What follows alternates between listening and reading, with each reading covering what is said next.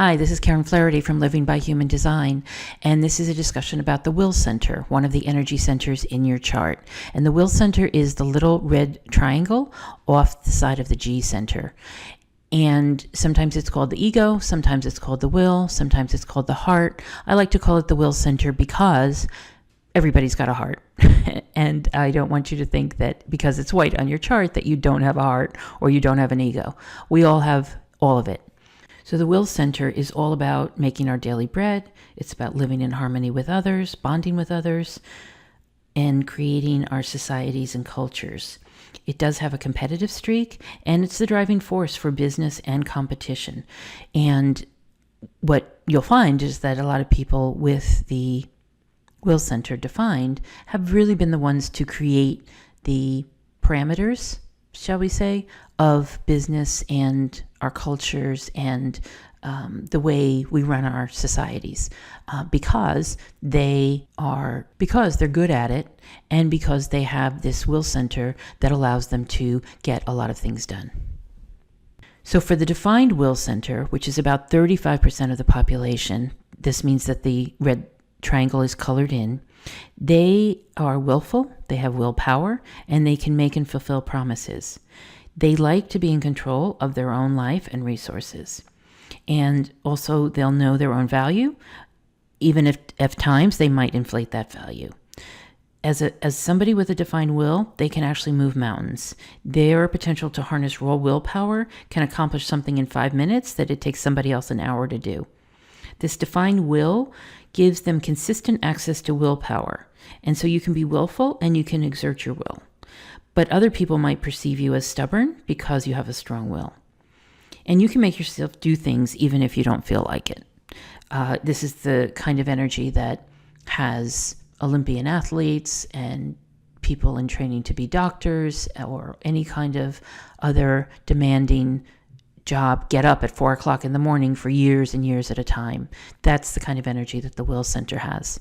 There are also the people who would be in front of the room for a motivational talk, or such as a Tony Robbins or Wayne Dyer or Jack Canfield. They're the ones who would be in the front of a room for a fitness class and say, come on, you can do it. I know you can do it. It's those kinds of people. We all have some of these people around us, and the people with the will centers are the ones who push to get things done. So they can push to get things done, but they're really designed with this will center, which is a motor, to work and then rest. And that's going to sound totally wimpy to them. But it's really important, if you have the will center defined, to take regular time off. So whether it's weekends or evenings or vacations, it's very important for the will center to rest. If they don't rest, this is where the possibility of burning out comes in. Because if you exert your willpower just to keep on keeping on and don't give yourself some time off, you can push yourself beyond your healthy limits and perhaps even fry your circuits. For the defined will center, accomplishments are never the question. The question for you is really what's truly worth your time and energy, because you want to be selective about to whom and what you pledge that willpower energy. Is it worth it to be making those cupcakes for the next event that's coming up? Or would you rather be spending some quality time with your children or your spouse or for yourself? So energetically, with this defined will center, you do empower and inspire other people when they're in your company, literally when they're in your aura, because you make them feel like they can do anything because they're taking in your willpower and amplifying it. But soon after they leave your aura, they no longer have access to your consistent willpower. So please remember to be gentle with them, because most people don't have a defined will center like you do. So the will center in a healthy state is where you maintain a balance between work and rest, where being willful and competitive is natural for you, and where it provides you access to consistent willpower to keep your promises. Because keeping promises is very important for the defined will center. If you don't keep your promises, you may not feel well. It can be minor, it can be significant, depending on the promise that was broken.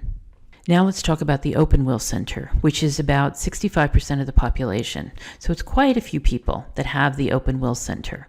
A lot of us think we have the will center, and most of us don't. So the open will often feels like it has to prove itself. Just know that there is nothing to prove, not to yourself or to anyone else. We find that we're proving that we're good children, good employees, good students, good parents, good people in charge. We just find that we're trying to prove ourselves all the time. And so we question our self-worth. We question our self-esteem. We wonder if we'll ever be good enough.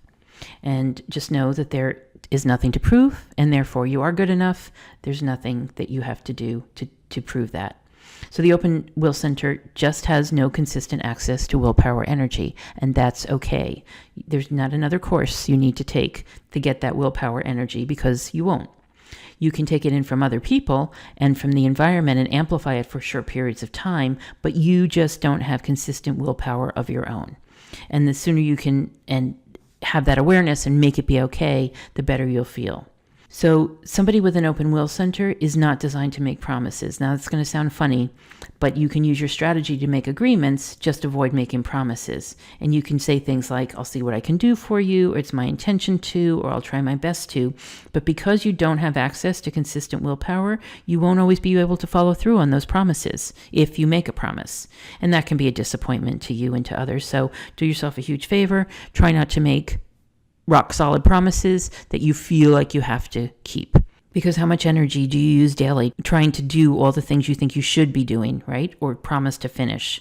So just take comfort in the fact that you don't have consistent willpower, and don't punish yourself anymore. Now, you may also feel the need to compete with others, but competition isn't healthy for you. Actually, I suggest for the Open Will Center, creating boundaries that feel good for you.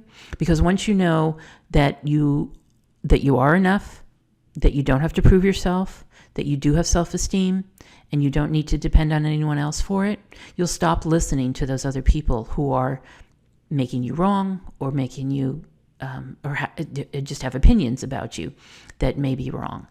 You don't have to listen to them. Their opinion doesn't matter. All that matters is your opinion of yourself. And so if you can create boundaries around both those opinions and around the things that you're willing to do and that you're not willing to do, you'll feel a lot better. The Open Will Center often doesn't know their own material worth and will often undercharge for their services. So just be aware of what other people are charging for the services that you're providing. And whenever you do commit to doing something, just stop for a moment. Ask yourself the reason you're doing this. Is it for the pure joy and pleasure of it, or are you trying to prove something to yourself or to others? So the Open Will Center in a healthy state is where you know that you have nothing to prove to anyone, especially yourself, that you sense and take in the ego of others, and as a result, you become very wise about who has a healthy ego and who doesn't. You'll know that you don't have to compete with anyone, not even yourself. You don't allow anyone to convince you to do anything against your will, of course. You're comfortable charging enough for your services, and you're not motivated by the need to prove yourself. Thanks so much for listening.